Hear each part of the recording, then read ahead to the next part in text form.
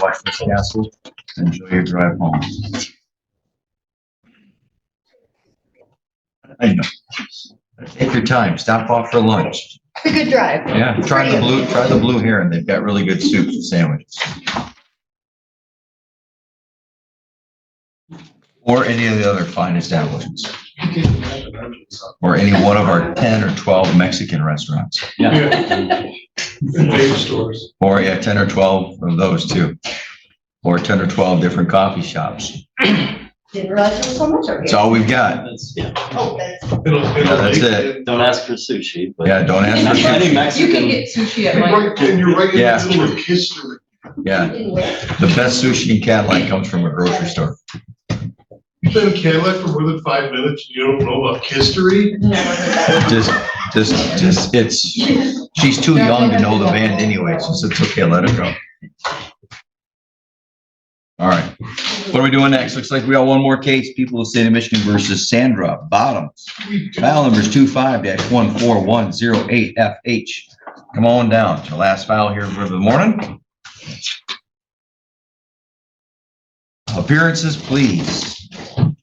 Jake Carnes on behalf of the people.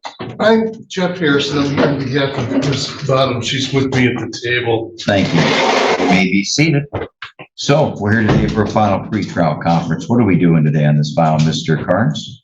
I'm gonna have to ask Mr. Harrison. What are we doing on this file today, Mr. Harrison? This was assigned to Mrs. Carey, so Mr. Carnes, I appreciate him deferring to me, I have no issue with that.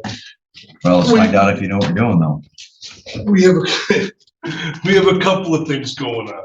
This is an embezzlement case. Yeah. Alleged embezzlement case. Don't think I can comprehend taking this case to trial in a couple of weeks, but a further issue, perhaps even more compelling, has arisen. Throughout our conversations with Ms. Bottoms, we had reached what we thought was, and when I say we, I mean the defense, and me and a couple other lawyers from my office, had reached what we thought was a reasonable determination of the case, or perhaps a proposed resolution of the case.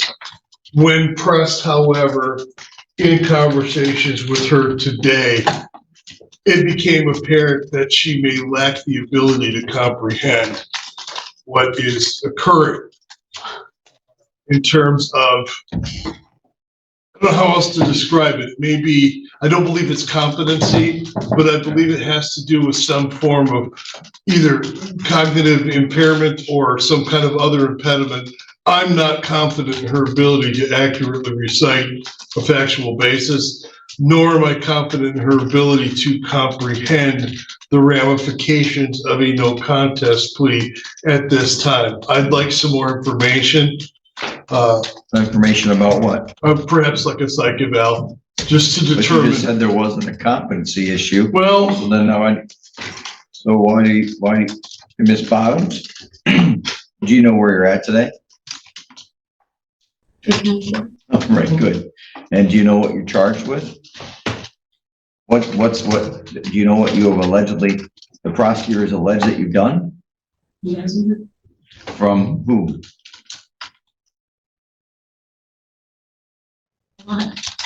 Okay, and did you work with Hope? No work? Did you work there? No. Were you a volunteer? I'm a volunteer. All right, thank you. And so the allegation of embezzlement means allegedly you did something. What do they allege embezzlement means? What does it mean to allegedly embezzle? Take money. Okay, good. Now, do you know what the maximum punishment is that you're facing here? You don't understand? I'm gonna make sure you tell you. okay. You are facing a felony for which the maximum punishment is up to 10 years and or $15,000 or 3 times the amount that allegedly was embezzled. The amount allegedly embezzled was $42,101. Therefore, the potential fines and costs could be up to, I've got to do math in my head, $126,303. So Now, what is Mr. Harrison's job during this case?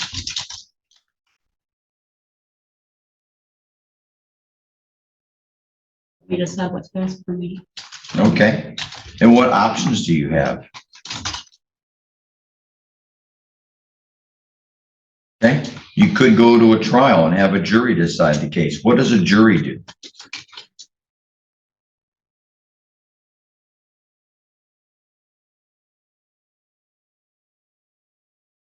What happens at a trial?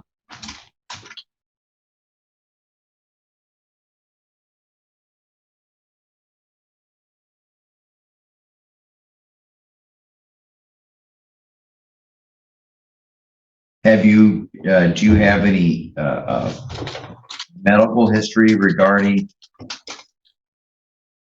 mental health disorders at all? All right. What have you been diagnosed? Depression, PTSD, personality disorder. All right. So, you live on your own? No. With whom do you reside? My boyfriend, his dad. And where is it that you live? Here in China. Now, one of the options is to go to trial. Have you ever watched a trial on television or a movie? Yes? Okay. So what happens at a trial? They're bringing witnesses. Yeah. All right. What happened?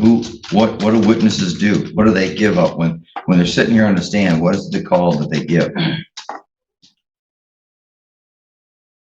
When they talk, it's called giving something.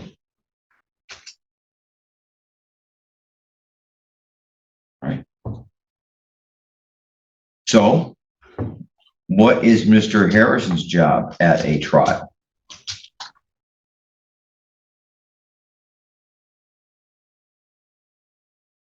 To defend me. Okay, good. Good. And what is the prosecutor's job at a trial?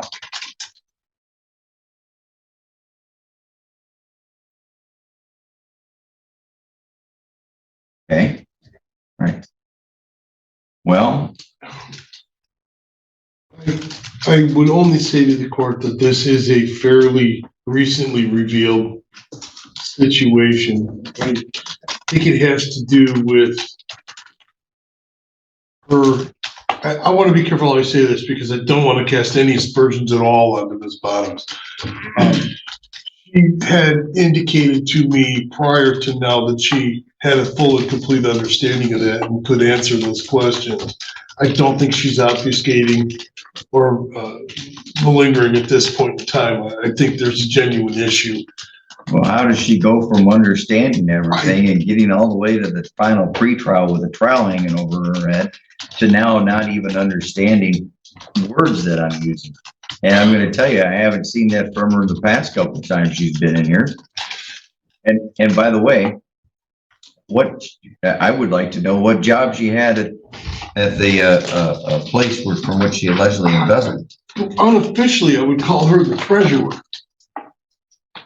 Well, oh my gosh, that sounds like a big job. I don't know how a person who can't understand my words today on the edge of a trial when she's been fined before. Now, unless the people who are running the program were completely duped, and I don't know, but I'm not saying that's what happened.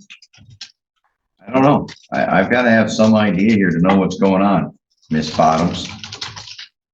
My option right now is to send you to a forensic psychiatry facility to have you examined.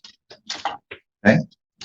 If they come back and say you're incompetent to stand trial, and they tell me that you could be found competent with hospitalization and medication, that's what's going to happen. You won't be staying at home with your boyfriend. You're going to be in a hospital. Okay? So what do you think, Ms. Bottoms? The courtroom is tense as questions about Miss Bottom's competency take center stage. Despite her previous experience handling finances and speaking confidently at Club Cadillac, today she seems confused and unresponsive.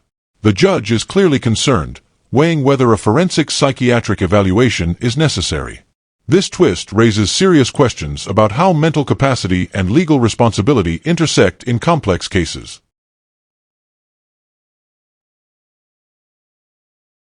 You're just staring at me. I don't know what. Do you understand what's going on?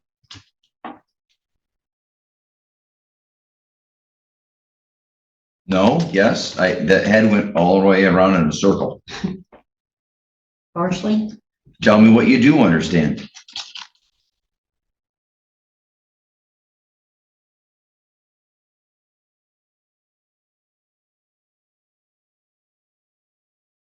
Charges.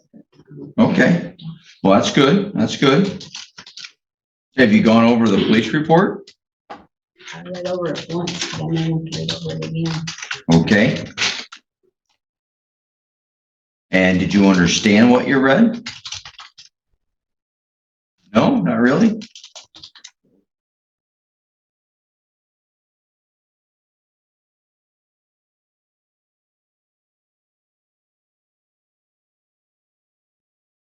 All right.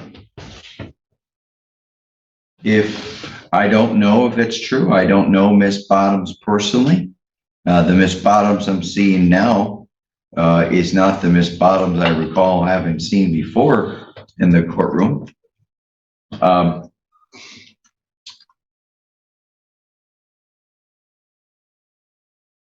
Okay. I'll order a competency evaluation. And if it comes back that it suggests that she's malingering and it's not accurate, I will respond accordingly. However, I'm going to believe today that it's true. And we're going to send her to the Forensic Psychiatry Center in Carroll for an examination. And we'll see what happens. Now it's going to take probably 5 to 6 weeks, maybe even 2 months. This case is not going anywhere unless the prosecutor makes some decision to dismiss it. The case will continue on the court docket. All right. I thank you. I appreciate the dilemma that I placed before the court this morning. I appreciate the pragmatic perspective the court has placed on the event.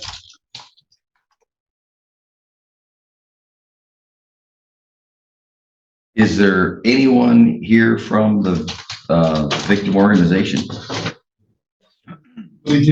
Yeah. Do you want me to, should I hear from another witness to find out what she's like when she was working there? I have no objection. I don't either, Your Honor. Ma'am, come forward. Your objective is this chair right here. Actually, just go ahead and stand at the podium. That way you're not facing away. Please raise your right hand. Do you swear or affirm the information testimony you're about to provide shall be the truth, whole truth, nothing but the truth? I do. You may lower your hand. Please state and spell for me your first and your last name. All right, Ms. Kinney, I'm not going to ask about what allegedly happened, not the alleged acts. But can you tell me, the Miss Bottoms that you see here today, you recognize her? Yes, I do. What role did she have, if any? I'm sorry, what's the program you're on? It's Club Cadillac. We are the board of Club Cadillac 501c3. And your role in the Club Cadillac? I'm the president of the board. And what role did she play at Club Cadillac? She was the treasurer and she was a club member. Okay. And tell me, how did she act during the typical day? I'm sorry, wait, were you there? I don't know, because I've been on several boards and sometimes I'm not really there. I mean, I'm just a board member, but tell me what kind of observations you had of her. I've spent a lot of time with her. She goes by Gail. Uh-huh.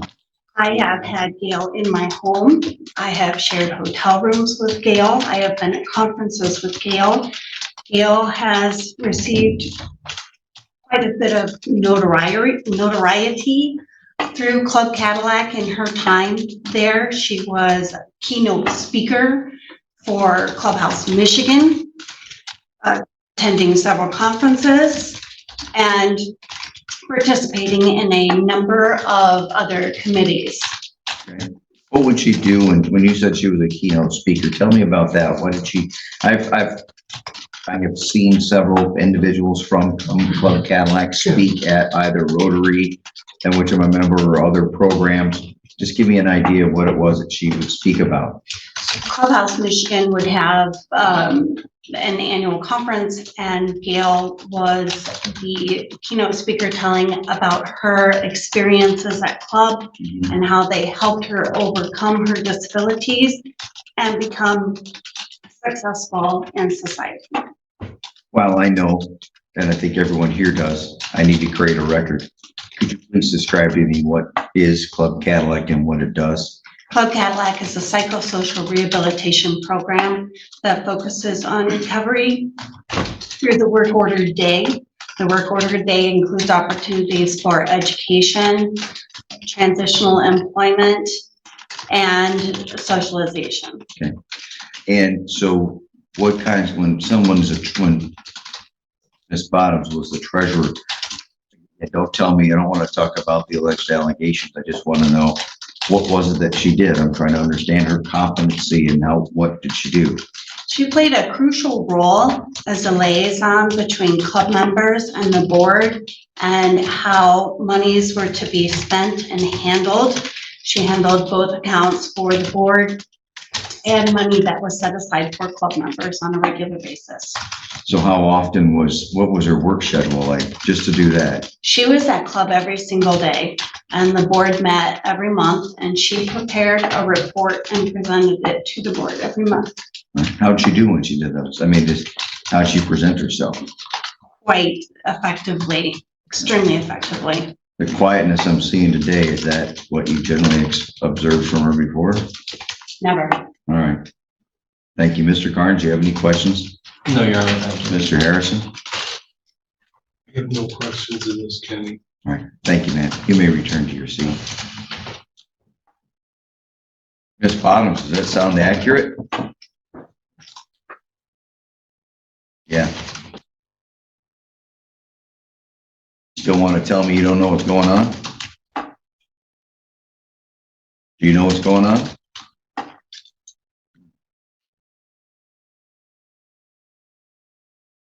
Well,